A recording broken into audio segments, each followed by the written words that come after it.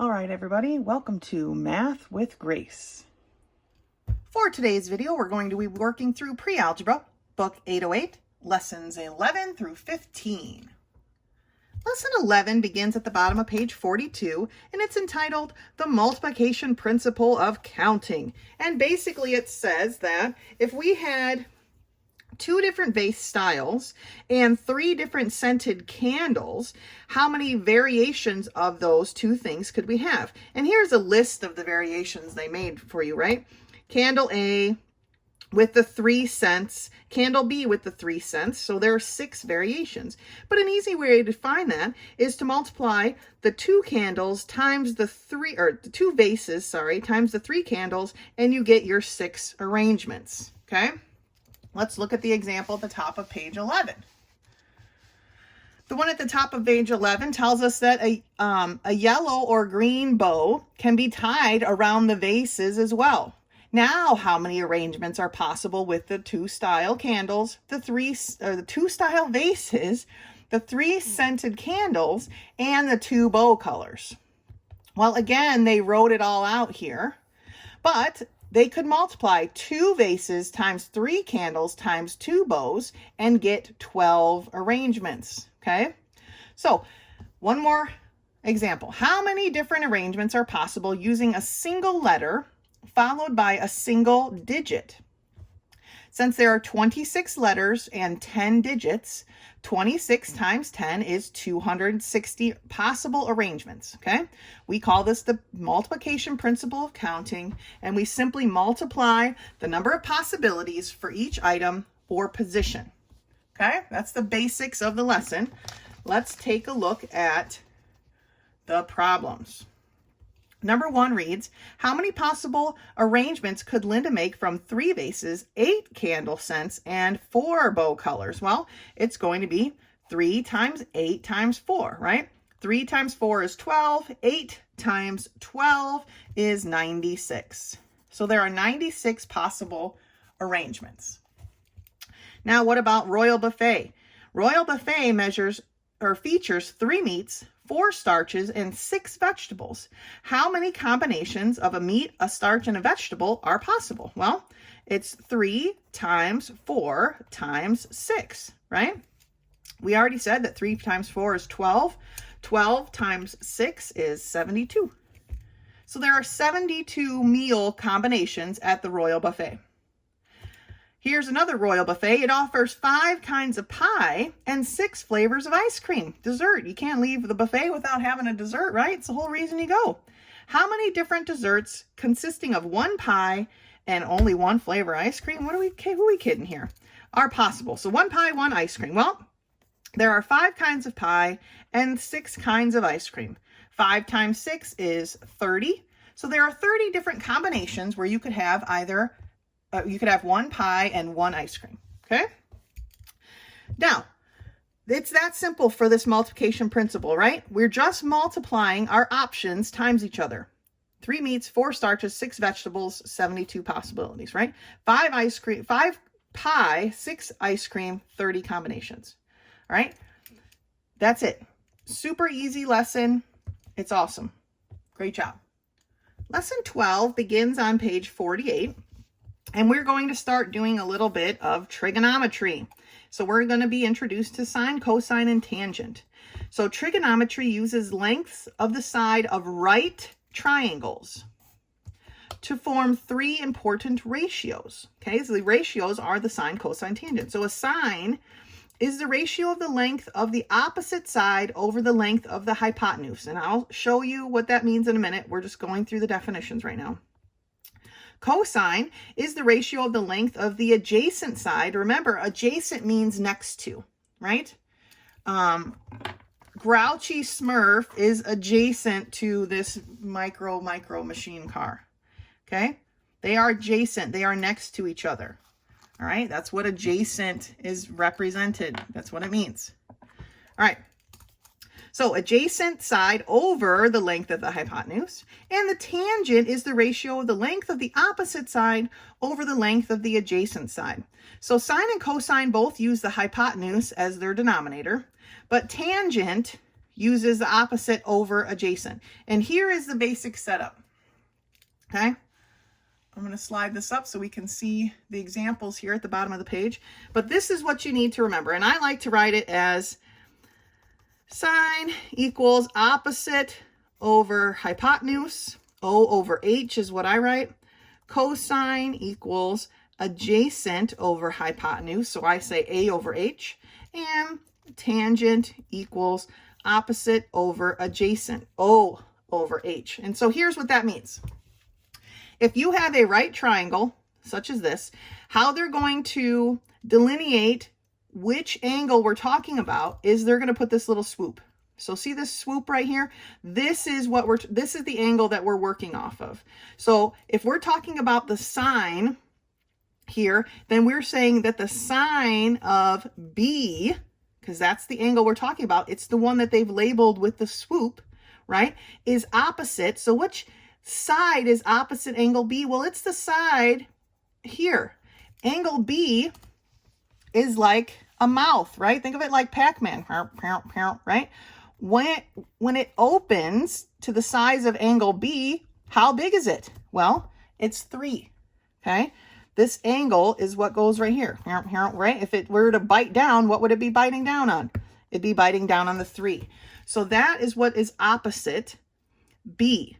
And because B has this swoop, that's the angle we're talking about here, right? So the sine of B would equal the opposite, which is 3, over the hypotenuse. Now, the hypotenuse is opposite this little square, our 90-degree angle. Remember, the hypotenuse is always the largest angle, or the largest angle, so it's the largest side. Okay, our hypotenuse is the largest side, because it's opposite the largest angle in this triangle, which is this 90-degree angle. So again, opposite the 90-degree angle, okay, it's this 5, all right? This angle opens up like this. Opposite of it is this 5. So over the hypotenuse, which is 5. So the sine of B is 3 over 5, okay? The cosine, and I know I'm not really following the example here, but we're just going to do it like this. The cosine of B, all right, is adjacent. Remember, adjacent means next to. It is not going to be the hypotenuse. So you can put a little h here so you don't forget which one is the hypotenuse. It will never be the hypotenuse. The hypotenuse is not the adjacent angle, or the adjacent side, I'm sorry. But it's the other side that it's touching, or right next to, okay? It's not the opposite side now. It is the one it's touching, which is this 4, okay? And then again, it's the it's the adjacent over hypotenuse. So again, it's the 5, okay? And so then the tangent for B, all right, would equal opposite, which we already decided was 3, over adjacent, which is 4, okay? So here's our opposite, here's our adjacent, right? Feel free to label them if that helps you. So that's how we do our sine, cosine, tangent. It's just basic trigonometry, right? So let's look at this figure here with our A. This time they've marked angle A, right? It's got the swoop there. So now we're finding the sine of A is equal to what? Well, where is our hypotenuse, first of all? Here's our 90-degree angle, so our hypotenuse is opposite that. I'm going to label that.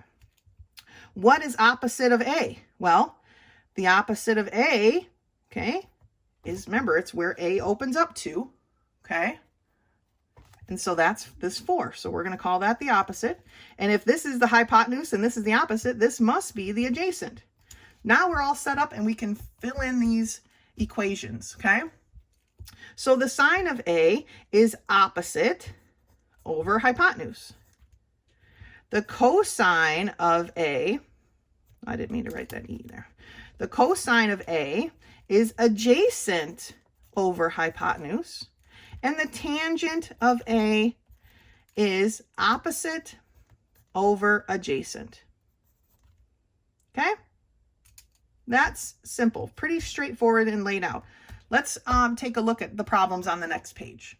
All right, so we're in book 808, lesson 12, page 49. Looking at our trigonometry, I wrote the formulas here, sine, cosine, tangent, okay? And then for number 1, this is the triangle that we have. Now, the vertices are not labeled on this triangle like they were on the last one, but it really doesn't matter because we still know what angle we're working with, and that's this angle here because it's got the swoop. So let's just start straight up and say, what is opposite the swoop? Remember, it's how big is that swoop opening? So that swoop, okay, that angle is opening 8. So that is our opposite. I'm going to put a little O there. That's our opposite. So what's our hypotenuse? Well, here is our right angle. And so we need to go basically opposite that. How big is our right angle opening? Well, it's open 10. So that's our hypotenuse. And we've got those two labeled, so we automatically know that's the adjacent angle. So let's get these started.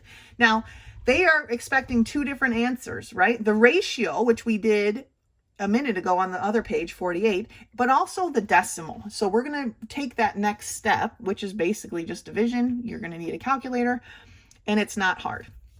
So let's look at our sine. Our sine of this angle, we're not going to label it AB or whatever because there is no vertice labeled, so we don't need to label it. We're just going to say sine. So the sine is opposite over hypotenuse. So it is equal to 8 over 10. All right. Now, you can probably in your head divide 8 by 10, right? When we divide by 10, we move the decimal place one spot to the left. So it's 0.8, right? But in trigonometry, we always have 3 decimal places or to the 1,000th space. So we're just going to add 2 zeros.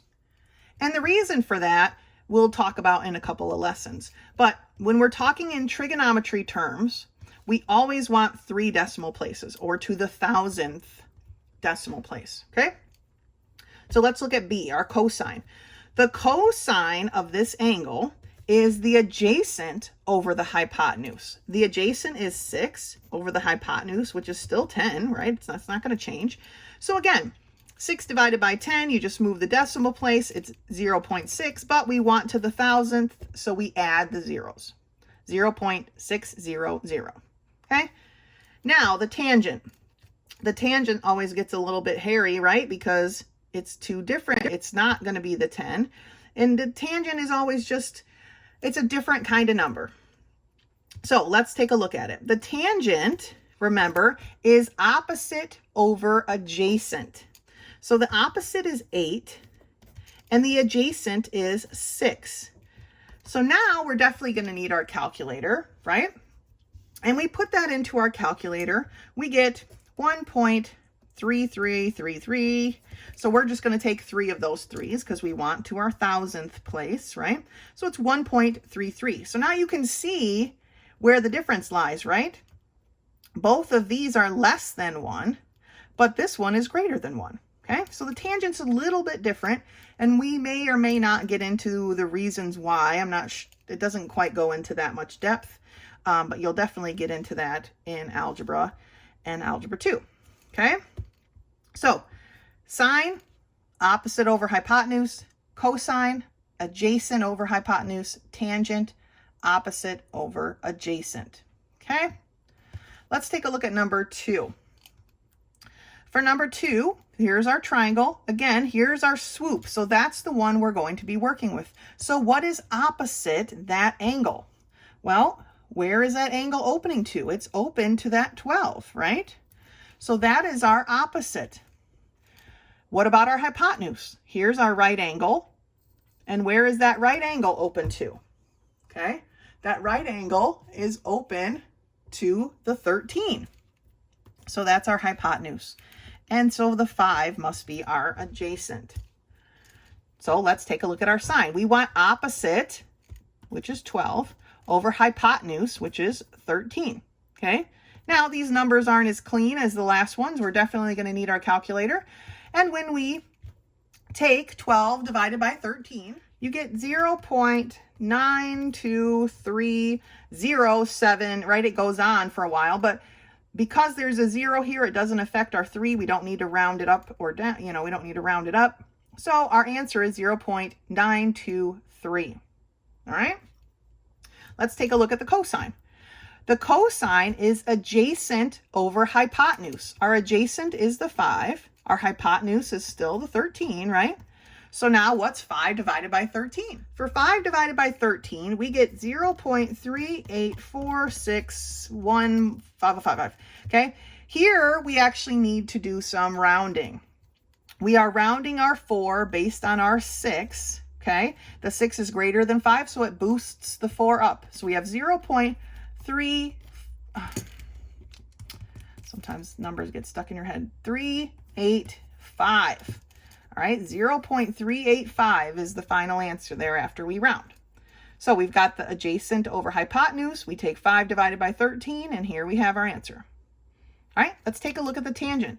Our tangent is opposite, which is 12, over adjacent, which is 5. 12 divided by 5 is 2.4. But we want to the thousandth place, so we're going to add the 2 zeros that we need. Okay, again, take a look at what we have here. Sine and cosine less than 1, tangent greater than 1. Okay, all right, let's take a look at the next set of problems. So these next set of problems is all based on the same figure. Okay, now if you notice this figure, there isn't a swoop. Okay, there isn't a swoop because they've labeled the vertices and they're telling you in the problem what they want. Sine of B, sine of A, tangent of B, cosine of A. So while it's probably not advantageous for us to list the opposites and the adjacents of both of these because we're going to get a bit confused, what I do want to list is the hypotenuse, because the hypotenuse is not going to change. It does not matter what angle we're talking about. The hypotenuse is the hypotenuse. So let's label that. The hypotenuse is across from the right angle. Okay, if this is our right angle, what's it opening to? 29. So that's our hypotenuse. Now let's take it slow and make sure we're finding the information that we need. Okay, the first one, number 3 here, they want the sine of B. Well, here's B, so we can pretend like we have a swoop here. Okay, but let's look at it like this. Where is our B opening up to? Well, it's opening up to this 20.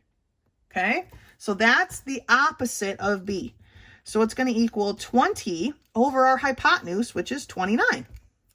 All right, then just like before, we want to divide and see what the decimal is. And the decimal value comes out, and it's pretty big, but it's 0.6896. I'm putting 1 extra because we need to round. We're rounding this 9 based on that 6. The 6 is bigger than 5, so it's going to bump that 9 up to a 10. And by bumping this up to a 10, it's actually going to bump this up 1, 2, right? I mean, that's how this works. So we've got 0.690. Okay? That's our decimal value. Let's look at number 4. This time they want the sine of angle A.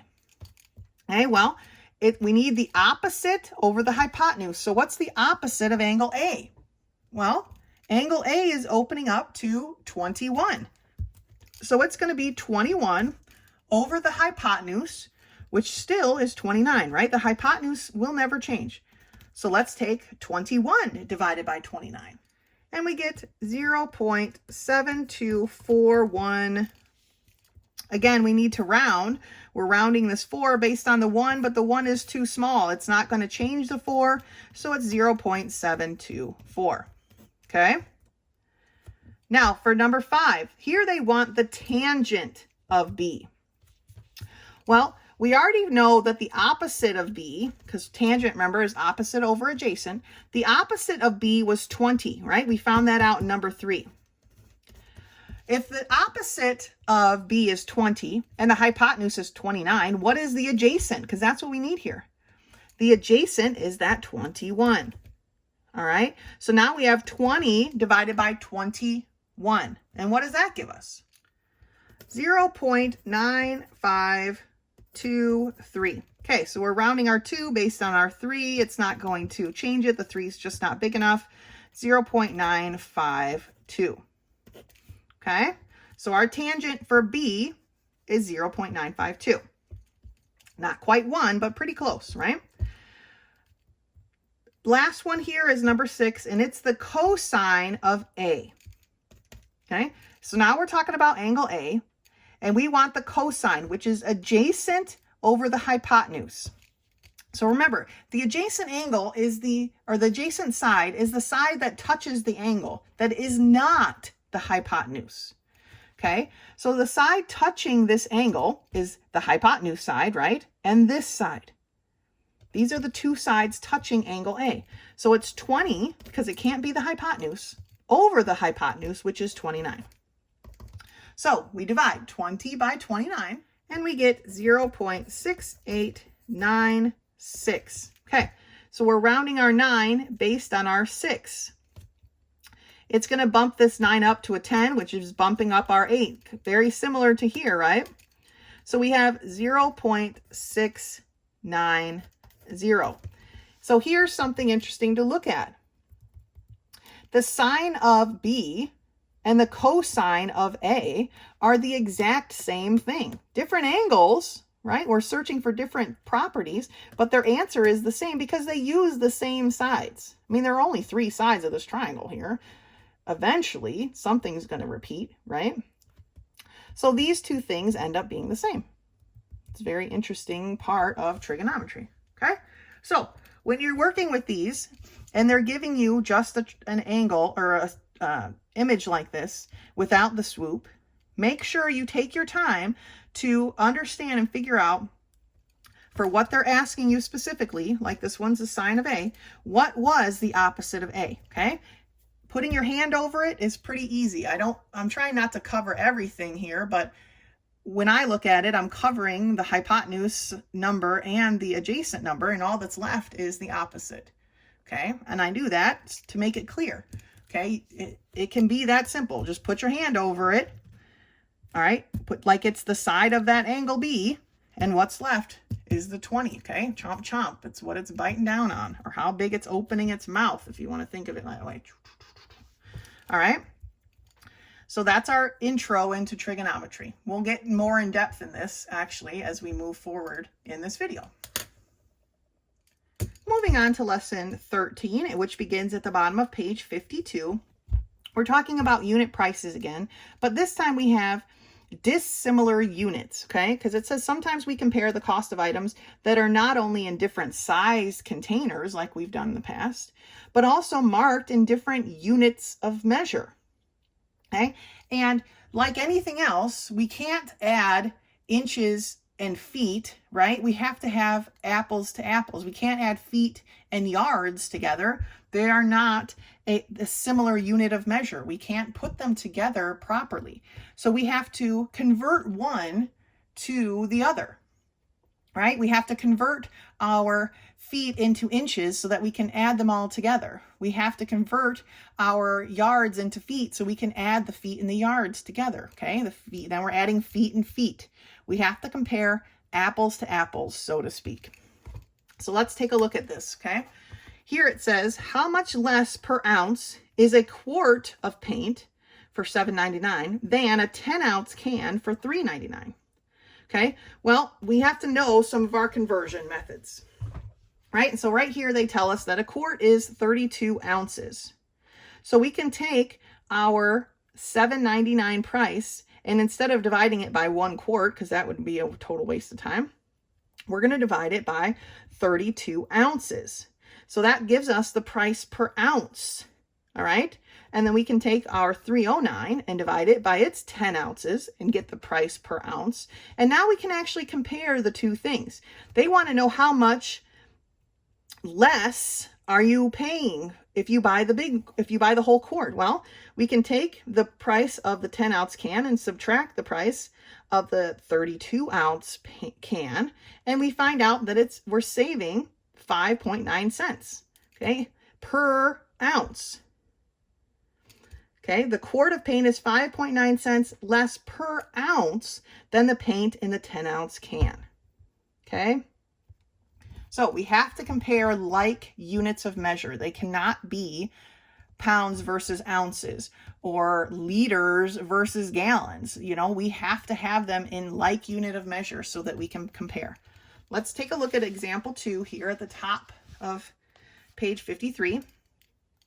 Insecticide dust for bulbs sells at $6.59 for 8 ounces, or $10.89 for 4 pounds. Which size is less per ounce, and by how much? All right, well, 4 pounds equals 64 ounces because 1 pound equals 16 ounces. Okay, so 4 pounds is 64 ounces. They just multiplied it by 4. So taking the $10.89 cost of that 4 pounds and dividing it by 64, we find out it's 17 cents per ounce. Taking the $6.59 cost and dividing it by its 8 ounces, we see that it's 82.4 cents per ounce. We can subtract and find out that it's a 65.4 cents less per ounce to buy the 4 pound one than it is to buy the 8 ounce package. Okay. So these are the type of example. I do this at the grocery store all the time. Sometimes packages are labeled by ounce. Sometimes the cost is labeled by the ounce. Sometimes it's labeled by the piece, like how many pieces are in the box or in the bag or whatever. So I do this type of thing all the time at the grocery store. It's a useful tool to have in your life skills toolbox. All right, so let's take a look at some of these problems. All right, so we're on page 53. Number 1 was done for you. I kind of wrote it out just to take a look here. The 48 ounce bottle at $1.79 was 3.7 cents per ounce. A gallon jug at $4.99 was 3.9 cents per ounce. And that's because 1 gallon equals 128 fluid ounces, right? But ounces. So that's the conversion that they use. Okay, they took their $4.99 and divided it by 128 to get this price. And then you see that the bottle, the 48 ounce bottle, is 2 cents less per ounce. They subtracted this minus that. So it's the better deal, right? So now let's look at number 2. Now you can see that as I transfer this over, I left out the item because honestly, who cares if it's a vinyl tiling or rope or potato skins? It really doesn't matter what the item is. All we need to know is what is the unit of measure and the cost. Okay, so on average, usually you are going to have to change the thing that is a larger unit of measure into the smaller unit of measure because it's too hard. It's not impossible, but it's too hard to change the thing that's a smaller unit of measure into a bigger unit of measure. Okay, so in this case, for number 2, we're dealing with feet squared and yards squared. Yard is the largest unit of measure here. Feet is a smaller unit of measure, right? So we want to change our yards squared into feet squared. And how we do that is, we know that 1 yard equals 3 feet, right? Well, if we want 1 yard squared, what is that equal to? Well, we squared this side, so we need to square this side. 3 squared is 9, and feet squared are feet squared. Okay, so now we know that 1 yard squared is equal to 9 feet squared. So we take our 16 yards squared times 9, and we get 144 feet squared. Okay, so now this is what we're dealing with here. Our 16 yards squared is the same as 144 feet squared. Now we can work apples to apples, right? So we take our 799 and we divide it by 30, and what do we get? We get 0.266333, blee, blee, blee, on and on forever. Amen. Now, they want it to the nearest 1/10 of a cent. So this would be, they use cents in the last one. I'm going to use the actual dollar sign because that's how I prefer to do it. Please, by all means, you could write 26.6 cents. I'm going to write $0, 26 6 cents. Okay, because technically that's the 1/10 of a cent. And this is per feet squared. Okay, This is per feet squared. So what about this one? Well, for this one, we take 79.95 and we divide it by 144, right? And what's that give us? We get 0.55520. I'm going to write it as dollars, like I said. So $0, 55 cents, and an extra 5 because they want the 1/10 of a cent per foot. You could write this as 55.5 cents. Okay? Remember when we did the cents to dollars, dollars to cents? You can write it like this if you want to. Please feel free. I'm just used to writing it as dollars, so that's where I'm going. Okay? But if you want to write cents, that's totally cool. Fine. I'm not going to grade it wrong or whatever. So now, which one is the better deal? Well, this one here is 26 cents per foot, basically, right? 27 if we rounded. And this one's 56 if we rounded cents per foot squared. So the 30-foot squared tiling, okay, so the 30-foot squared, because I didn't write down what the units were, is how much less? Well, we have to take 0.555 and subtract 0.266. So let's put that into our calculator. And we get that it is 0.289 cents per foot squared less. Okay? So we just subtracted this minus this.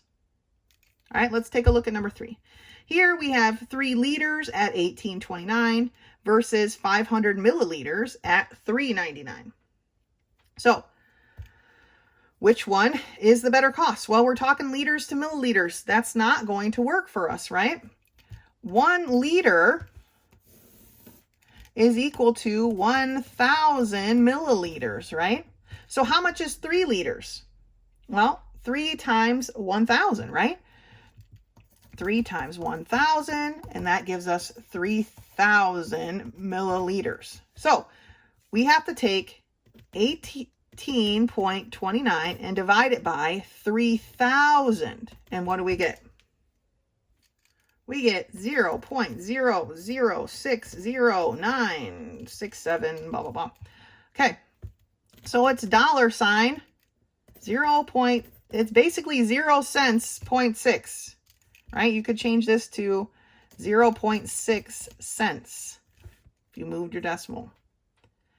All right, so that's pretty cheap. Let's take a look at the 500 milliliters. We're going to take $3.99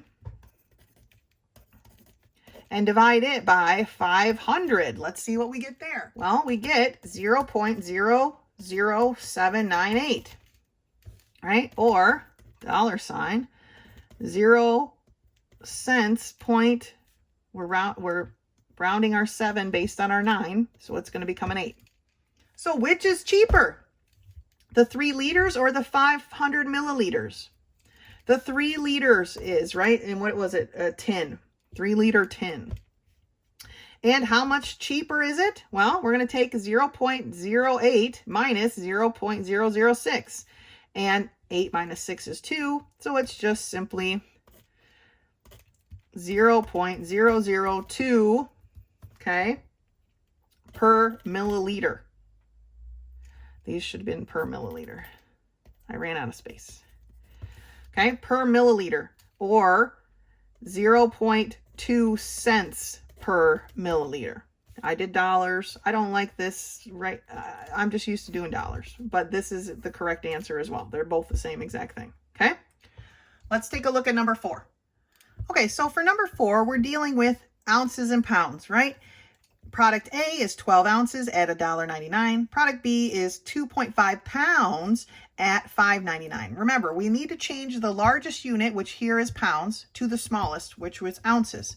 And 1 pound is equal to 16 ounces. Now, some of these you may know. Others of them, this might be new to you. Please write them down. Check your page 0. Some of these are on the page 0. The page right before 1, there's a whole bunch of formulas and stuff. If pounds to ounces is not there and you have a hard time remembering it, write it down. Write it on there. I don't care. You know you can use that page on your tests and quizzes, so write it down. If liters to milliliters is on there, you don't know, write it down. but this is the conversion that we're going to be using. So how many ounces is 2.5 pounds? Well, we take 2.5 times 16, and what do we get? We get a 40, so it's 40 ounces. That's the unit we're going to use. So for the 12-ounce one, it's going to equal what? Well, we take $1.99 and we divide it by 12, and what do we get? We get 0.1658. So we're rounding our 5 based on our 8. And so that's going to give us 0.166. 8's bigger than 5, so it bumps our 5 up. So we have 16.6 cents, right? This would be 16.6 cents if you were to write it as cents. But I'm writing it here as dollars. Either way is fine. What about our 2.5 pound box? Well, we're going to take, what the heck am I doing? $5.99 and divide it by 40 ounces, because that's what we figured out. What was in 40 ounces is the same as 2.5 pounds, right? So what is that answer? Well, that comes out to 0.14975. So we're rounding our 9 based on a 7. The 7 is bigger than a 5.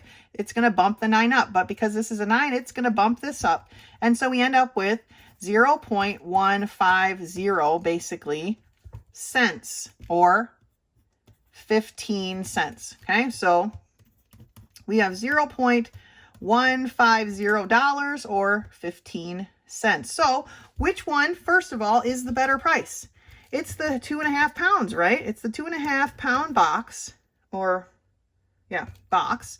And how much better of a price is it? Well, we need to take 0.166 and subtract 0.150. And what do we get? We get our answer here, which is 0.016. Okay, so $0, 1.6 cents. Or you could write it as 1.6 cents per ounce. Here would be still be per ounce. Okay, this is per ounce, per ounce. We should label it every time so we don't forget. Okay, so here is our answer. The 2.5 pound box is less by 1.6 cents, or $0, 1.6 cents per ounce. Okay, so when we're doing these, you've got to convert the larger unit of measure to the smaller one. It's just how this works. We cannot compare pounds and ounces. They're not compatible. Okay, we have to convert first, and then we can compare. Then we have them both as ounces. We can compare them both equally on equal footing. Okay, and then you take the price divided by your unit of measure, your equal unit of measure, right? Ounces and ounces, and you get your cost per ounce.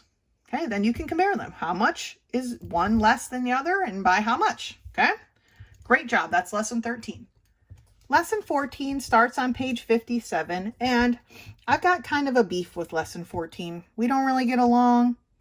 So while we're going to work through these problems, I am not teaching you this proportion problem, because in my opinion, it's quite a bit more complicated than it needs to be. And as we move forward with story problems, you'll be much better off if you can identify these story problem words and what they mean. Okay? So here's how we are going to work through these problems. We are not going to do this proportion, all right? But we are still going to set these up as an equation that we will be, in a way, we will be using for years, the next years to come of your mathematical career, okay? And here's how it goes. It goes a little something like this. What is 3/8 of 5/6? Here are the things that we need to recognize when we're reading story problems and we see a sentence like this. The word what represents a variable. You can use n, you can use x, it really doesn't matter. P, Q, W, I don't even care. It's a variable. It's something we don't know, right? What? We don't know it. That's what we're looking for. The word is represented by the equal sign. When something is something else, it is equal to it. They are the same. Okay? It is, that is equal to. This is this. Okay? They are equal to. So we are just deciphering this story problem. 3/8. Now, the word of is multiplication. Now, I don't want to put an X here for multiplication because we're beyond that since we're using variables and stuff. So I'm just putting my 3/8 in parentheses. And when I see the word of, I know I'm multiplying. So I'm multiplying 3/8 by 56. So this is exactly the same thing as this. What is 3/8 of, we're multiplying, 56? And now we can just simply multiply. Rather than trying to set up some kind of is of fraction numerator, fraction denominator, weird proportion problem, we can simply just do what the question is asking, okay? 15, so whenever we see a number, we just write it down, is, remember, is an equal sign. 15 is 3/4, and I'm going to put it in parentheses again, of, because of means multiply, but then we have what number? Remember, when we see the word what or what number, that is our variable. 15 is 3/4 of what number? Here, our equation is set up. We simply solve for n, and we're done. We have our answer. Rather than trying to convert it into this, which is people find very confusing, let's not be confusing. Let's look at this next example. 24 is, so we can write 24 is what fraction? Now, even though it says what fraction, you're not going to write variables in a fraction. You're literally just going to write a variable. Okay, because that's what we're looking for. What? Just know, though, that your answer will be a fraction because that's what it's implying. Okay, 24 is what of 36? And it's going to be a fraction because to get this n by itself, you're going to have to divide by 36. So you'll have 24 divided by 36. Don't do it on your calculator because they don't want a decimal. They want a fraction. So you just have to reduce that fraction and you'll have your answer. All right. So let's take a look and actually work one of these all the way through. Let's use this example here. When Linda came into the house for a drink, Edna asked her how much hoeing she had gotten done. Linda had hoed 8 rows out of the 24 that she had planned to hoe. What fraction? Okay, here is our question right here. What fraction? Again, it's just a what of. Okay, we're multiplying. Her goal. What was her goal? 24. Had Linda accomplished? Okay, had accomplished is our is part, and she accomplished what? 8, right? She accomplished 8 of those. So we want n by itself. Right now it's being multiplied by 24. We're going to do the opposite and divide. So these are canceled, right? And we get, I'm running out of space, n is equal to 8 over 24. They want a fraction, right? But we need to reduce this fraction. 8 goes into 24 evenly, and it becomes 1/3. Okay? Yes, it is very similar here in example to what they're doing. But trust me, this gets very confusing. I've dealt with it for a while.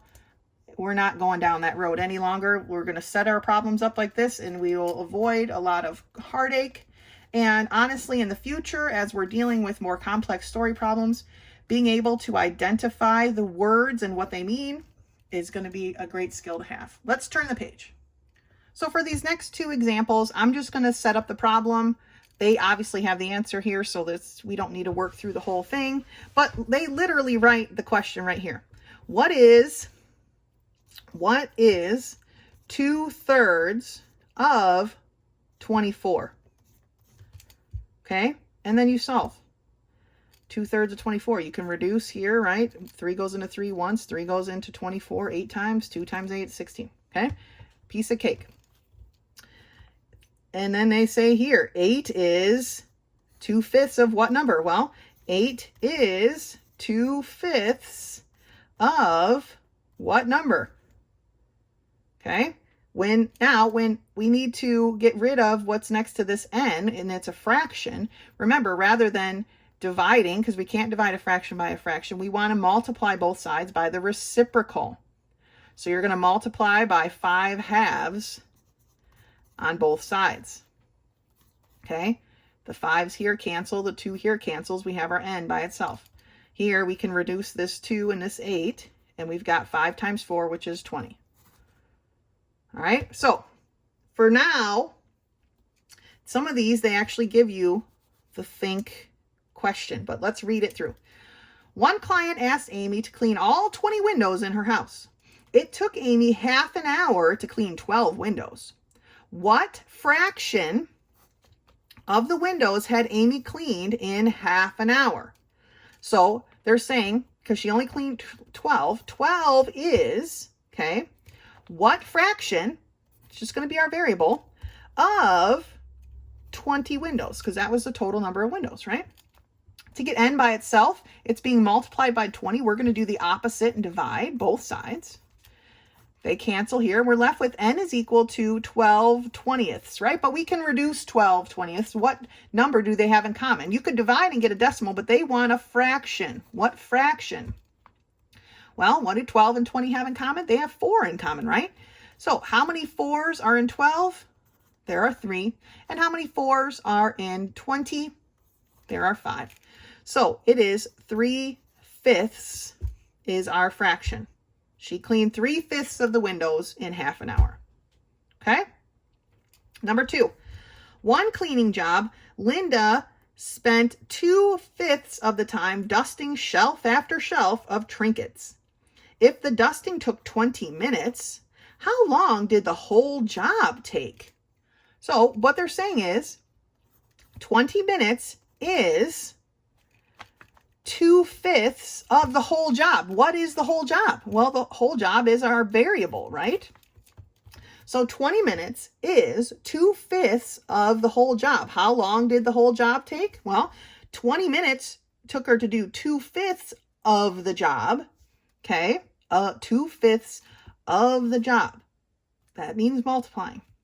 So now, we want this n by itself. It's being multiplied by a fraction. When we're multiplying by a fraction, we want to multiply then by the reciprocal, which is 5, over 2. Kind of got tight space there. Here, 5s cancel, 2s cancels. We're left with n. Here, 2 can be reduced. 2 goes into 2 one time. 2 goes into 20 10 times. And then we have 5 times 10, or 50 minutes. So the whole job takes 50 minutes. Okay? Now, last one, number 3. Linda decided, I'm going to slide it up a little, decided to give 1/5 of her income to the Lord's work. Her income last month was $1,490. How much did she give to meet her goal? So it's saying here that she gave 1/5 of her income. So what is 1/5 of her income? Well, her income was $1,490, right? Now, you just have to solve. 1 times 1,490 is 1,490, right? Then we divide that by 5. So what is 1,490 divided by 5? We find that that is 298. Now we're talking about dollars though, so let's make sure we put the proper number. And then here, I hate when they do this, but it says round to the nearest $100. So we're rounding our 2 based on our 9. The 9's bigger than a 5, so it's going to bump our 2 up. So $300 is what she donated. Okay, it's what she gave to the Lord's work. $300. Okay, so we need to start recognizing the words that have meaning in these story problems. What fraction of multiply the windows had Amy cleaned in half an hour? She cleaned 12 windows, so 12 windows is some fraction, we don't know, of 20, which were the total number of windows, okay? If you can develop this skill, it will benefit you so much more in the long run and in the future than that is of proportion, okay? So while you're working through these, since I know it is different than the book examples, if you have problems with the setup, please let me know, and I'm happy to help you get those set up, okay? That's lesson 14. So lesson 15 starts on the bottom of page 60, and now we're talking about a trigonometry chart. So remember a little bit ago in the video, I said we'd be doing some more trigonometry in the future. Well, here we are. So the sine, cosine, and tangent ratios for an angle will always be the same, right? The following chart shows these ratios to 3 decimals. Remember I said we always want 3 decimals for angles between 1 degree and 89 degrees. Now, before we weren't working with degrees, right? We just had a labeled angle. It was angle B or angle A or the angle with the swoop on it, right? Well, all of those transfer into an actual number of degrees, right? Because angles are a number of degrees. If we had all of the angles, it would be 360 degrees, right? It'd be a circle. And so angles work on a measure of degrees. And so moving over here to page 61, you'll see this chart. So here it tells us, here's our right triangle, right? We have an angle that's 21 degrees. So what we do, if we know the degrees of the angle, okay, but we don't know the sides or the cosine, sine, whatever, we can go down this chart to the 21, and we see that the sine of 21 degrees is 0.358. The cosine of 29 degrees or 21 degrees is 0.934. And the tangent of 21 degrees is 0.384. Now, you could use this in reverse like we were in those other problems, right? We were solving for the sine, cosine, tangent to a 3 decimal number. Well, you could come to this chart then, find your 3 decimal number under the correct heading. If you had cosine of 0.956, you could go down the cosine line till you found your 0.956 and then see that, oh, that angle is 17 degrees. Okay? And so that's what's nice about this cosine chart. Now, I made a copy of it because we're about to turn the page to do the work, and I want to be able to reference the chart without having to flip back and forth. Feel free to do the same if you'd like. Otherwise, you can just flip back and forth. It's a lot easier. It doesn't look good on a video, though. So let's turn the page and do some of these problems. All right, so now I'm looking at number 1 on page 62, and it says the cosine is 0.777. 0.777, yeah. What is the angle? Well, I want to make sure I'm looking in the cosine column, right? And I need to look for 0.777. So it's not in that first column. Cosine 0.777. So what is the degree, the measure of degree for 0.777? It's 39 degrees. 39 degrees. The sine of an angle here is 0.978. So we go down our sines, and we're looking for 0.978. Well, if we look here, this is 0.0, so I'm pretty sure my 0.9 isn't going to be anywhere near here, so I'm going to skip over a couple lines. I'm still in my sine. I'm getting closer, right? 0.8. So I want 978. 978. It's right here. 0.978. I slide over, and it is 78 degrees. All right, 78 degrees. I'm going to slide this over so we can see the whole thing here. The tangent is 0.970. So here are my tangent numbers. Here's again a 0.0. I'm going to move over here. And this one got a little bit messy. But here, the first one is 1.8. Well, that's too far. So let's go back to the middle one. Here, my tangent. My first one is 0.6. So I'm going to move down this line until I find 970. Now, if you look here, we have 0.966 and 1.00. There is no 0.970. So we have to decide which of these is closer to 0.970.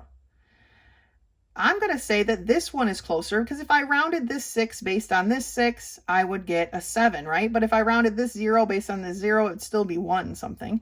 So I'm going to say that this one is closest, and it's 44 degrees. So the numbers aren't always going to work out perfectly. So you have to determine which one is closest. Now, don't fret if you decided that it was 45 when I decided it was 44. I'm not that picky. Okay, I will check it, but I'm not that picky. Okay, so if you go low and I go high, it's not that big a deal. Okay, when we're rounding, that's not 100% correct anyway. So it's just how this is going to work out. Okay, so just do your best. That's all I'm asking. Now, here it's telling us that our angle is 60 degrees. So what is the sine, cosine, tangent? Well, now we go and by our angle here and we find our 60. And it's right down here. Here's our 60 degrees. So the sine is 0.866. The cosine is 0.500. And the tangent for 60 degrees is 1.732. 1.732. Okay? What about an angle that's 45 degrees? Well, again, we want to go down our angle here and find the 45. I'm going to underline it slightly so I don't lose it here. Here's my 45, okay? So my sine is 0.707. My cosine is 0.707. And my tangent is 1.000. Now, the reason this one works out to be like this is because 45 degrees is half of 90, right? So 90 degrees is our hypotenuse. This is half of it, and it just happens to be us kind of special numbers that work out, okay? Now, let's keep working down here. For the 6, 7, 8, they want us to write the ratio, which is the number over the number, right? So our sine is opposite over hypotenuse. Our cosine is equal to adjacent over hypotenuse, and our tangent is equal to opposite over adjacent, okay? So they want us to write the ratio, convert it to a decimal, and then find the measure of the degree. All right, all three of the things that we've learned so far in this video. So let's look at number 6.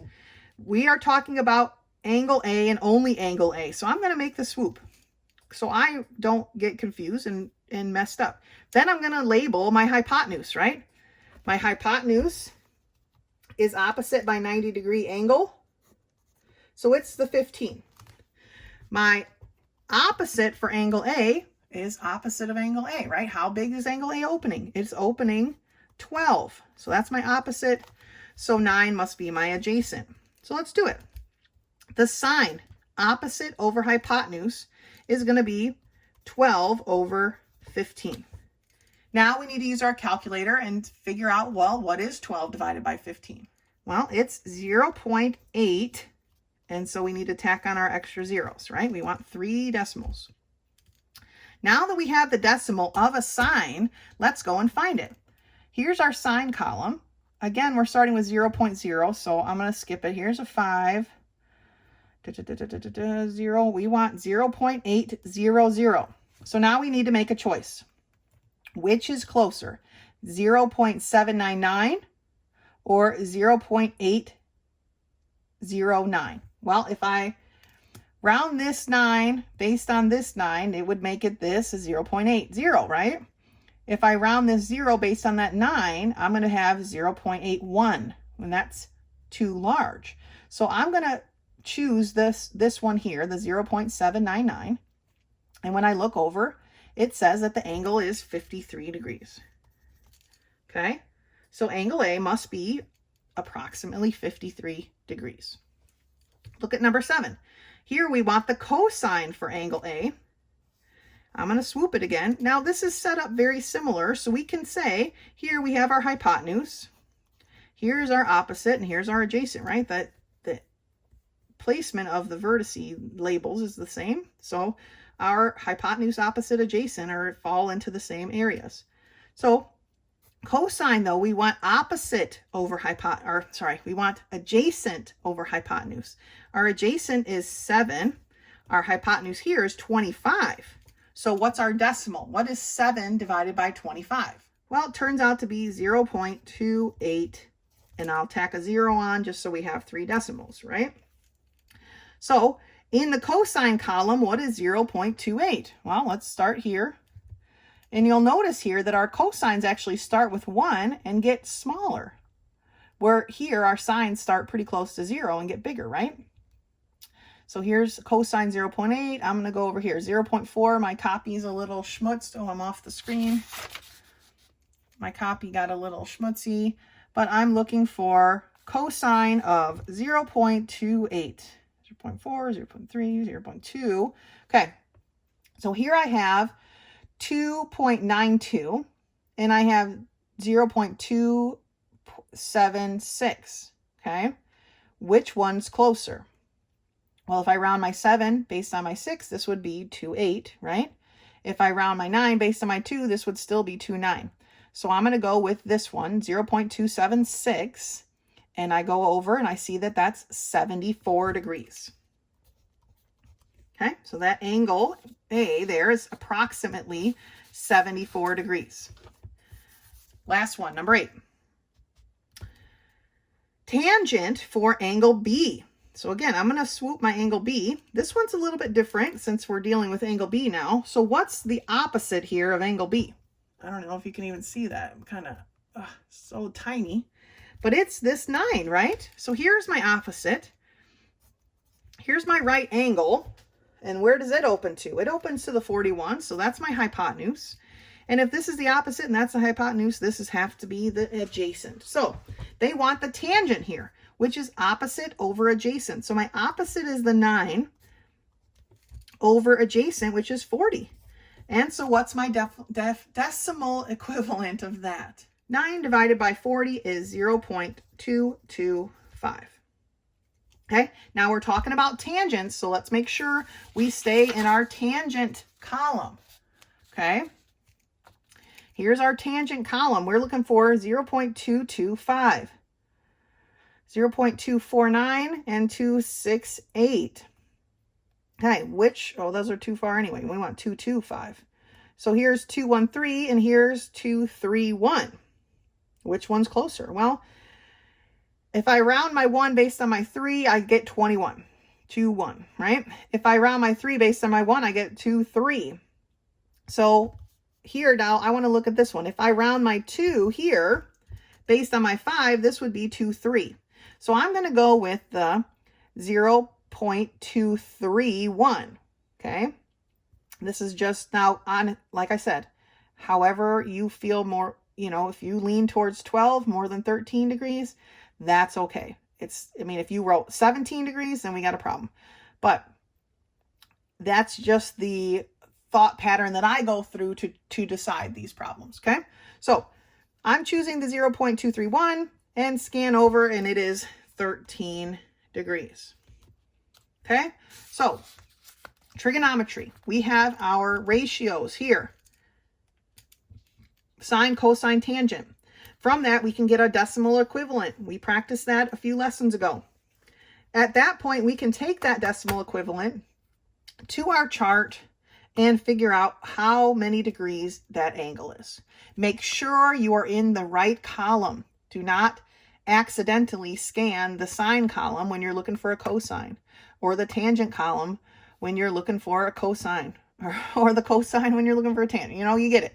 Make sure you're in the correct column as you go. There's 3 sections here. Okay, make sure you're in the right column as you're scanning for your decimals. And then just do your best rounding wise to figure out what you think best applies. Okay, that's lesson 15 in the end of this video.